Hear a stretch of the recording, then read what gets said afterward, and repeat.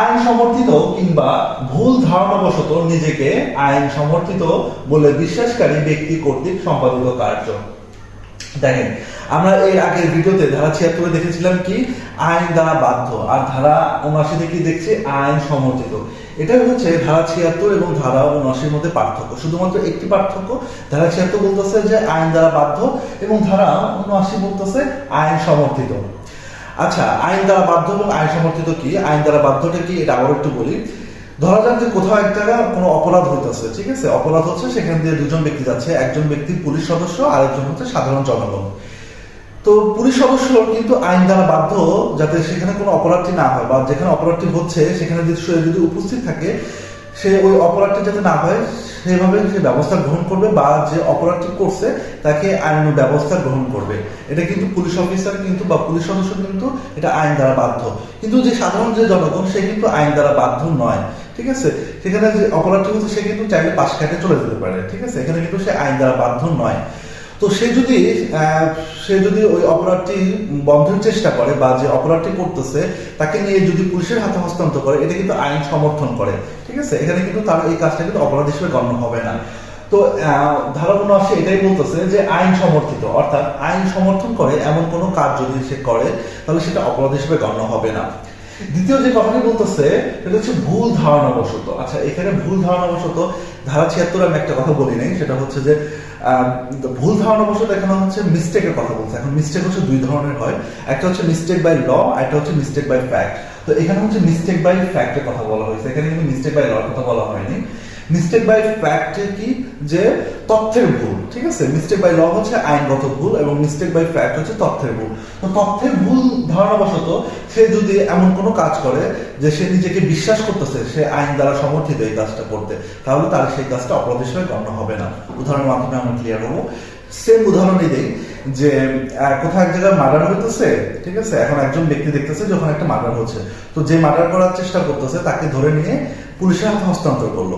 পরবর্তীতে দেখা গেল যে যাকে পুলিশের হাতে হস্তান্তর করছে সে আসলে মার্ডার করে নাই বা মার্ডার করার চেষ্টা করে নাই, সে নিজেকে আত্মরক্ষা করতেছিল, ঠিক আছে। সে নিজেকে আত্মরক্ষা করতেছিল, অর্থাৎ তাকেই মার্ডার করার চেষ্টা করা হচ্ছিল, তাকে খুন করার চেষ্টা করা হচ্ছিল, সে আত্মরক্ষা করছে। কিন্তু যে ব্যক্তিটা তাকে দেখছে সে মনে করছে যে আসলে সেই হচ্ছে মার্ডার করার চেষ্টা করতেছে, অর্থাৎ খকে পুলিশের হাতে হস্তান্তর করলো। কেন? কারণ ক মনে করছে খ হচ্ছে খুন করার চেষ্টা করতেছে। পরবর্তীতে দেখা গেল যে খ হচ্ছে খুন করার চেষ্টা করে নাই, খই নিজেই খুন হইতে দিছিল, সে হচ্ছে আত্মরক্ষা করছে। এখন এই যে খকে ধরে নিয়ে গেল পুলিশের কাছে, এটা কিন্তু অপরাধ করে নাই। কারণ কি? কারণ সে আইন সমর্থন করে, ঠিক আছে, আইন সমর্থন করে। শুধু এখানে একটা ভুল হয়েছে, মিস্টেক হয়েছে কি? তথ্যের ভুল। যে খকে মনে করছে সে হচ্ছে মার্ডার করার চেষ্টা করতেছিল, আসলে তথ্যের ভুল। এখানে হচ্ছে খ মার্ডার করার চেষ্টা করে নাই, খ নিজেই খুন হইতে নিছিল, সে নিজেকে আত্মরক্ষা করছে। তো ধারা ৭৯ আমাদের এটাই বলে। ধারা ৮০ কি বলছে? আইনানুগ কার্য সম্পাদনকালে দুর্ঘটনা, অর্থাৎ এমন কোন কাজ যেটা আইন দ্বারা নিষেধ নয়, এমন কোন কাজ যেটা আইন দ্বারা নিষেধ নয়, সেই কাজটি যদি যথেষ্ট সতর্কতার সাথে অর্থাৎ ডিউ কেয়ার অ্যান্ড অ্যাটেনশন এর সাথে যদি সেই কাজটা করা হয়, এরপরে যদি কোনো দুর্ঘটনা ঘটে তাহলে সেই কাজটা অপরাধ হিসেবে গণ্য হবে না। উদাহরণ আমরা নিতে পারি যে একজন ব্যক্তি, সুস্থ স্বাভাবিক একজন ব্যক্তি গাড়ি চালাচ্ছেন, তিনি গাড়ি চালাতে পারেন এবং তার কাছে ড্রাইভিং লাইসেন্সও আছে, গাড়ির কন্ডিশনও যথেষ্ট পরিমাণে ভালো, যতটুকু সীমা নির্ধারণ করা হয়েছে, গতিসীমা নির্ধারণ করা হয়েছে, তিনি ততটুকু সীমাতেই সে হচ্ছে গাড়ি চালাচ্ছেন, যথেষ্ট সতর্কতার সাথে সে হচ্ছে গাড়িটা চালাচ্ছেন। এরপরেও তার সামনে দিয়ে কোনো একজন ব্যক্তি দৌড় দিচ্ছে, তার গাড়ির সামনে দিয়ে কোনো একজন ব্যক্তি দৌড় দিচ্ছে, তিনি ব্রেক করার সময় পান নাই, ঠিক আছে। তার ফলে তার কি হয়েছে যে গাড়িটা যে ওই ব্যক্তিকে আঘাত করছে। এখন তিনি কিন্তু যথেষ্ট সতর্কতার সাথে গাড়িটা চালাচ্ছিল, সবকিছু ঠিক ছিল, গাড়ির কন্ডিশনও ঠিক ছিলেন, তিনিও সুস্থ স্বাভাবিক ছিলেন, গাড়ির গতিসীমাও ঠিক ছিল, যথেষ্ট সতর্কতা সে ছিলেন। তারপরেও কি হলো যে একটা অ্যাক্সিডেন্ট হয়ে গেল। এখানে কিন্তু তিনি কোনো অপরাধটি করেনি। কারণ কি? কারণ তিনি ডিউ কেয়ার অ্যান্ড অ্যাটেনশন অর্থাৎ যথেষ্ট সতর্কতার সাথে তিনি সেই কাজটি করতেছিলেন, যে কাজটি আইনানুগ কার্য অর্থাৎ আইন দ্বারা নিষেধ নয়। আইন দ্বারা নিষেধ নয় এমন কোনো কাজ যদি করা হয়, যেটা যথেষ্ট সতর্কতা সাহিত সে কাজটা করা হয়, তারপরেও যদি কোনো দুর্ঘটনা ঘটে তাহলে সেটা অপরাধ হিসেবে গণ্য হবে না। ওই যে গাড়ির উদাহরণ দিলাম, যে গাড়ি চালাচ্ছে, গাড়ি চালক যথেষ্ট সতর্কতার সাথে গাড়ি চালাচ্ছেন, তারপরেও একটি দুর্ঘটনা ঘটে গেছে, এখানে অপরাধ হিসেবে গণ্য হবে না। এটি আমাদের ধারা ৮০ বলে। ধারা ৮১ কি বলছে দেখেন, সম্ভাব্য ক্ষতি কার্য অপরাধমূলক উদ্দেশ্য ব্যতীত এবং অন্যবিধ ক্ষতি নিবারণ করতে সম্পাদিত কার্য। আচ্ছা, এমন কোন কাজ যেটা করা হয়েছে অপরাধমূলক উদ্দেশ্য ব্যতীত এবং অন্য একটি ক্ষতির হাত থেকে রক্ষা পাওয়ার জন্য একটা কাজ করা হয়েছে, যে কাজটাও অপরাধ কিন্তু উদ্দেশ্য ছিল না, অপরাধমূলক উদ্দেশ্য ছিল না, এবং সেই কাজটা করা হয়েছে কেন, অন্য একটি বড় একটি ক্ষতির হাত থেকে রক্ষা পাওয়ার জন্য আরেকটি ক্ষতি করছে, ছোট একটি ক্ষতি করছে, কিন্তু সেই কাজটা যে করছে সেখানে কোনো অপরাধমূলক উদ্দেশ্য ছিল না। উদ্দেশ্য ছিল কি? উদ্দেশ্য ছিল অন্য একটা ক্ষতির হাত থেকে রক্ষা পাওয়ার জন্য। উদাহরণের মাধ্যমে আমরা বুঝতে পারবো যে একজন গাড়ি চালক গাড়ি চালিয়ে যাচ্ছে, হঠাৎ করে তার গাড়িটি ব্রেক ফেল হলো। এখন তার সামনে দুটা রাস্তা, হয় সে ডানে যাবে না সে বামে যাবে। এখন সে যদি ডানে যায় তাহলে সে 20 জনকে আহত করবে, এবং সে যদি বামে যায় তাহলে সে 2 জনকে আহত করবে। তো সে চিন্তা করলো যে 20 জনকে না, যে 20 জনের যে রাস্তা সেই রাস্তাটি না চুজ করে সে চুজ করলো কি, সে যেখানে 2 জন আছে, তো সে 20 জনকে রক্ষা করতে যায়, সে 2 জনকে আহত করলো। এখানে কিন্তু কোনো অপরাধ হয়নি। কারণ কি? কারণ এই যে 2 জনকে যে আহত করছে তার সামনে কোনো বিকল্প পথ ছিল না, এবং সে 20 জনকে বাঁচানোর জন্য, সে 20 জনকে যাতে আহত না হয়, সে 20 জনকে বাঁচানোর জন্য সে বামে চলে যায় এবং 2 জনকে আহত করে। এখানে একটা বড় একটা ক্ষতির হাত থেকে রক্ষা পাওয়ার জন্য সে আরেকটি ক্ষতি করে, কিন্তু সেই ক্ষতিটা যে করে সেখানে কোনো অপরাধমূলক উদ্দেশ্য ছিল না।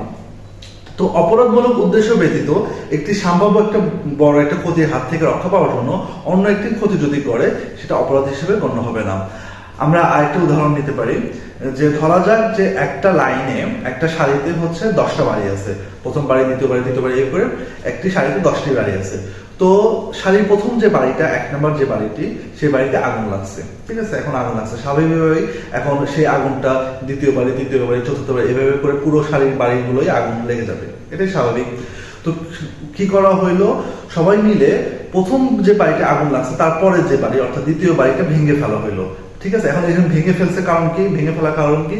ভেঙে ফেলার কারণ সেই আগুনটা যাতে ছড়িয়ে না পড়ে, ছড়িয়ে অন্য যে বাড়িগুলো আছে সেগুলো যাতে না যেতে পারে, তার জন্য সে দ্বিতীয় বাড়িটা ভেঙে ফেলা হলো। এই যে দ্বিতীয় বাড়িটা ভেঙে ফেলো, এখানে কিন্তু একটা কাজ, অপরাধ একটা কাজ হয়েছে, কিন্তু অপরাধমূলক উদ্দেশ্য ব্যতীত সেই কাজটা করা হয়েছে, এবং একটা বড় একটা ক্ষতির হাত থেকে রক্ষা পাওয়ার জন্য কিন্তু সেই কাজটা করা হয়েছে।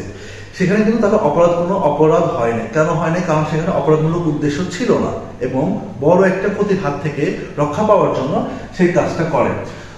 তো এটাই বলছে আমাদের ধারা ৮১। তো আরেকটি কথা, সেটি যে আমি আমার ফেসবুক পেজে 10 মিনিটের উপরে কোনো ভিডিও আপলোড করতে পারছি না। হয়তো করা যায়, কিন্তু আমি অনেক চেষ্টা করেছি, তো পারি না। তো আমি একটি ইউটিউব চ্যানেল খুলেছি, তো আমি সেই চ্যানেলে পুরো এই ভিডিওটা আমি আপলোড করব, এবং আমার পেজে খন্ড খন্ড ভাবে এই ভিডিওগুলো আপলোড করা হবে। তো আমি কমেন্ট বক্সে বা ডেসক্রিপশনে আমার লিঙ্কটা দিয়ে দিব, আপনারা আশা করি দেখবেন। তো ধন্যবাদ। ধারা ৮২ কি বলছেন? ধারা ৮২ বলছে 9 বছরের কম বয়স্ক শিশুর কার্য, অর্থাৎ 9 বছরের কম। এখানে একটু জিনিসটা মনে রাখবেন যে অনেক সময় এমসিকিউতে কিন্তু 9 বছর দেওয়া থাকে, অনেকে 9 বছর দাগিয়ে ফেলে, এখানে কিন্তু 9 বছরের কম, ঠিক আছে? অর্থাৎ এখানে কিন্তু 8 বছর 11 মাস 29 দিন, ঠিক আছে? এখানে কিন্তু পুরোপুরি 9 বছর না। তো 9 বছরের কম বয়স্ক কোনো শিশু যদি এমন কোনো কাজ করে যে কাজটা অপরাধ, কিন্তু সেই কাজটা অপরাধ হিসেবে গণ্য হবে না। কারণ কি?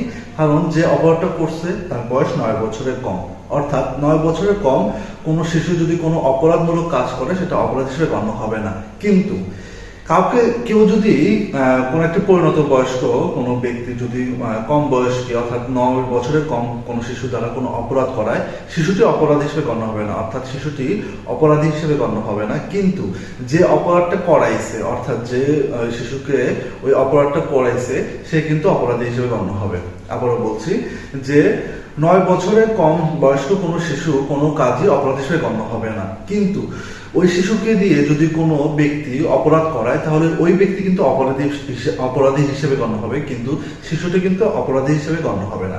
এটি আমাদের ধারা ৮২ বলে। এবং ধারা ৮৩ কি বলে দেখেন, ধারা ৮৩ বলছে 9 বছরের বেশি বয়স্ক ও 12 বছরের কম বয়স্ক অপরিণত বোধ শক্তি সম্পন্ন শিশুর কার্য। এখানে দুটো কথা বলতেছে, একটা কি 9 বছরের বেশি ও 12 বছরের কম। ঠিক আছে, কি বলছে যে 9 বছরের বেশি এবং 12 বছরের কম, অর্থাৎ 9 বছরের ঊর্ধ্বে এবং 12 বছরের নিচে বোধ শক্তি, অপরিণত বোধ শক্তি সম্পন্ন শিশুর কার্য। অর্থাৎ এমন একটি শিশু যার বয়স হচ্ছে 9 বছরের বেশি কিন্তু 12 বছরের কম, সে বোধ শক্তি সম্পন্ন হয়নি, তাহলে সে যদি কোনো অপরাধমূলক কাজ করে সেটা অপরাধ হিসেবে গণ্য হবে না। কিন্তু শর্ত এখানে, সে যদি বোধ শক্তি সম্পন্ন হয়, 9 বছরের বেশি এবং 12 বছরের কম, সে যদি বোধ শক্তি সম্পন্ন হয় তাহলে তার কাজটা কিন্তু অপরাধ হিসেবে গণ্য হবে। অর্থাৎ 9 বছরের বেশি 12 বছরের কম বোধ শক্তি সম্পন্ন যদি কোনো শিশু কোনো অপরাধমূলক কাজ করে সেটা কিন্তু অপরাধ হিসেবে গণ্য হবে। কিন্তু ওই শিশুটি যদি বোধ শক্তি না হয় তাহলে সেই কাজটা কিন্তু অপরাধ হিসেবে গণ্য হবে না। এটি আমাদের ধারা 83 বলছে। দেখেন ধারা 84 কি বলছে, অপ্রকৃতস্থ ব্যক্তির কার্য। এমন একজন ব্যক্তি এমন একটা কাজ করতেছে যে কাজটা অপরাধ, কিন্তু যিনি সেই কাজটা করতেছেন তিনি বোঝার অযোগ্য যে সেই কাজটা আসলে আইনে অপরাধ, তাহলে সেই ব্যক্তির সেই কাজটা অপরাধ হিসেবে গণ্য হবে না। খুব সহজ বাংলা যদি বলি তাহলে কোনো পাগল যদি কোনো অপরাধমূলক কাজ করে সেই কাজটা অপরাধ হিসেবে গণ্য হবে না, কারণ সে বোঝার অযোগ্য, সে যে কাজটা করতেছে সেই কাজটা যে আইনে যে অপরাধ তিনি সেটা বোঝার অযোগ্য, তাহলে তার সেই কাজটা অপরাধ হিসেবে গণ্য হবে না। এটি আমাদের বলছে ধারা 84। 85 কি বলছে দেখেন, অনিচ্ছাকৃত নেশাগ্রস্ত কারণে বিচার শক্তি, জিনিসটা খেয়াল করবেন, বিচার শক্তি রহিত কার্য।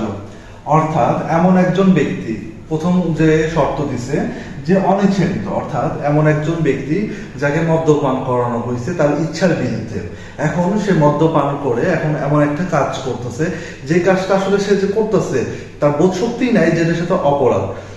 প্রথম কথা বোঝেন যে এমন একজন ব্যক্তিকে যাকে হচ্ছে মদ্যপান করানো হয়েছে বা কোনো নেশা জাতীয় কোনো দ্রব্য সেবন করানো হয়েছে তার ইচ্ছার বিরুদ্ধে, ঠিক আছে, তার ইচ্ছার বিরুদ্ধে তাকে হচ্ছে সেটা সেবন করানো হয়েছে বা পান করানো হয়েছে, এবং সেটা সেবন করার পান করার পর তিনি এমন একটি কাজ করতেছেন যে কাজটা সে অপরাধ বলে সে বোধ শক্তি তার নেই, এমন একটি কাজ সে করতেছে যেটা যে অপরাধ সেটা তার বোধ শক্তি নেই, তাহলে তার সেই কাজটা অপরাধ হিসেবে গণ্য হবে না। কিন্তু প্রথম কন্ডিশন হয়তো দেখেন ফুলফিল হয়েছে যে এমন একজন ব্যক্তিকে তার ইচ্ছার বিরুদ্ধে তাকে হচ্ছে নেশা জাতীয় দ্রব্য পান করানো হয়েছে বা সেবন করানো হয়েছে, সে হচ্ছে নেশাগ্রস্ত আছে। নেশাগ্রস্ত থাকার পরে সে একটি এমন একটা অপরাধ করতেছে, সেটা সে জানে যে সে অপরাধ করতেছে, ঠিক আছে, সে যদি জানে যে সেটা অপরাধ তাহলে কিন্তু তার কিন্তু সেই কাজটা কিন্তু অপরাধ হিসেবে কাজ করবে, অর্থাৎ তখন কিন্তু সেটা কিন্তু ধারা 85-তে আসবে না, ঠিক আছে, তখন সেটা ধারা 85-র মধ্যে পড়বে না যদি সে বুঝতে পারে যে তার কাজটা অপরাধ হচ্ছে। কিন্তু সে যদি বুঝতে না পারে, অর্থাৎ তাকে যদি তার ইচ্ছার বিরুদ্ধে যদি নেশাগ্রস্ত করানো হয় এবং সে যে কাজটা করতেছে সেই কাজটা যে অপরাধ সে যদি বুঝতে না পারে তাহলে তার সেই কাজটা অপরাধ হিসেবে গণ্য হবে না। কিন্তু সে যদি বুঝতে পারে, অর্থাৎ তার যদি বিচার শক্তি যদি থাকে যে সেই কাজটা সে করতেছে সেটা অপরাধ, তাহলে সেই কাজটা কিন্তু তার অপরাধ হিসেবে গণ্য হবে। এটা হচ্ছে আমাদের ধারা 85 বলছে। 86 দেখেন ধারা 86 কি বলছে, যে অপরাধের ক্ষেত্রে বিশেষ বা জ্ঞানের প্রয়োজন রয়েছে নেশাগ্রস্ত, খেয়াল করবেন এখানে কি বলছেন যে নেশাগ্রস্ত ব্যক্তি কর্তৃক সে অপরাধ সংগঠন। আমরা ধারা 85-তে কি দেখছি, ধারা 85-তে দেখছি যে ইচ্ছাকৃত যদি কাউকে নেশাগ্রস্ত করানো হয়, অর্থাৎ কাউকে যদি ইচ্ছাকৃত বলে ফেলছি, অনিচ্ছাকৃত কাউকে যদি নেশাগ্রস্ত করানো হয় এবং তার ফলে সে যদি কোনো অপরাধ করে তাহলে সেটা অপরাধ হিসেবে গণ্য হবে না। ধারা 86-তে বলতেছে ইচ্ছাকৃতভাবে, অর্থাৎ কেউ না একজন ব্যক্তি ইচ্ছাকৃতভাবে নেশাগ্রস্ত হইলো, ঠিক আছে, সে মাদক দ্রব্য সেবন করলো বা পান করলো, তার ফলে সে নেশাগ্রস্ত হয়েছে, এখন সে কোনো অপরাধ সংগঠন করছে, তাহলে সেটা কিন্তু অপরাধ হিসেবে গণ্য হবে। উদাহরণের মাধ্যমে আমরা ক্লিয়ার হয়ে আরো ধারা 86টা কিন্তু একটু বোঝার সমস্যা হতে পারে, আমরা একটু খেয়াল করে শুনবো। ধরেন একজন ব্যক্তি গাড়ি চালাচ্ছে, ঠিক আছে, সুস্থ স্বাভাবিক ব্যক্তি একজন ব্যক্তি গাড়ি চালাচ্ছে, যথেষ্ট সতর্কতার সহিত সে গাড়িতে চালাচ্ছে, নির্দিষ্ট গতিসীমায় সে গাড়ি চালাচ্ছে। এখন তার গাড়ির সামনে হঠাৎ করে একজন ব্যক্তি আসলো, সে ব্রেক করার আগে তাকে আহত করলো, এখানে কিন্তু অপরাধ হিসেবে গণ্য হবে না। কারণ কি, কারণ ওই ব্যক্তিটা কিন্তু ইন্টেনশন ছিল না সে কোনো ব্যক্তিকে বা কাউকে হচ্ছে তার গাড়ি দিয়ে আঘাত করবে, এটা কিন্তু তার কিন্তু ইন্টেনশন ছিল না, নলেজ ছিল না, কারণ সে তো স্বাভাবিক সুস্থ ভাবে সে গাড়ি চালাচ্ছে, যথেষ্ট সতর্কতা গাড়ি চালাচ্ছে, এখানে নলেজ থাকার বিষয়টা না। নলেজটা কি, নলেজটা হচ্ছে উদাহরণের মাধ্যমে বলে একটা, যে আমি হচ্ছে নেশাগ্রস্ত, ঠিক আছে, আমি জানি যে আমি নেশা করলে আমার একটা সমস্যা, আমি মাতলামি করি, আমি পাগলামি করি, এখানে আমি কিন্তু জানি, আমার কিন্তু একটা নলেজ আছে যে আমি নেশাগ্রস্ত হইলে আমি অনেক ধরনের কাজ করি যেটা অপরাধ, এটা কিন্তু আমার কিন্তু নলেজ আছে। তো আমি একজন স্বাভাবিক সুস্থ মানুষ, আমি একটু গাড়ি চালাচ্ছি, আমার কিন্তু নলেজ থাকার কথা না যে আমি কাউকে মেরে ফেলবো, ঠিক আছে, কারণ আমি স্বাভাবিক সুস্থভাবেই গাড়িটা চালাচ্ছি। এখন কোনো একজন ব্যক্তি, সে হচ্ছে নেশাগ্রস্ত অবস্থায় সে গাড়ি চালাচ্ছে, সে কিন্তু নেশা করার আগে সে কিন্তু জানে যে আমি যদি নেশা করি এবং আমি যদি গাড়ি চালাই তাহলে আমি কাউকে আহত করতে পারি, এখানে কিন্তু তার কিন্তু নলেজ আছে, ইন্টেনশন নাই কিন্তু, খেয়াল করবেন যে এখানে কিন্তু তার কিন্তু কাউকে মারার কিন্তু ইচ্ছা নাই, ঠিক আছে, উদ্দেশ্য নাই, ইন্টেনশন, কিন্তু তার নলেজ আছে যে আমি নেশা করে আমি গাড়ি চালাইলে আমি কাউকে আঘাত করতে পারি, আহত করতে পারি, মেরে ফেলতে পারি, এখানে কিন্তু আমার নলেজটা আছে, ঠিক আছে। প্রথম যে ব্যক্তি সে গাড়িতে চালাচ্ছে, স্বাভাবিকভাবে গাড়ি চালাচ্ছে, সে সুস্থ স্বাভাবিক ব্যক্তি, যথেষ্ট সতর্কতা গাড়ি চালাচ্ছে, যথেষ্ট সীমাতে গতিসীমাতে সে গাড়িটা চালাচ্ছে, তার ইন্টেনশনও নেই, তার নলেজও নেই। কিন্তু দ্বিতীয় যে ব্যক্তি, সে হচ্ছে নেশাগ্রস্ত অবস্থায় সে গাড়ি চালাচ্ছে, তার কিন্তু ইন্টেনশন নাই, কিন্তু কি তার আছে, নলেজ আছে।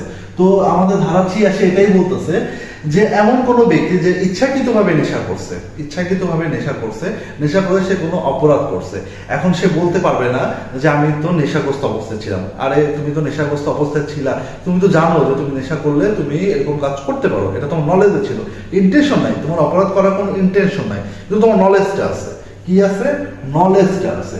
এই নলেজের ফলে সে যে জানতো, তার যে নলেজ আছে, সেটা অপরাধ হিসেবে গণ্য হবে। এটাই আমাদের বলছে ধারা 86। আশা করি আপনারা বুঝতে পারছেন।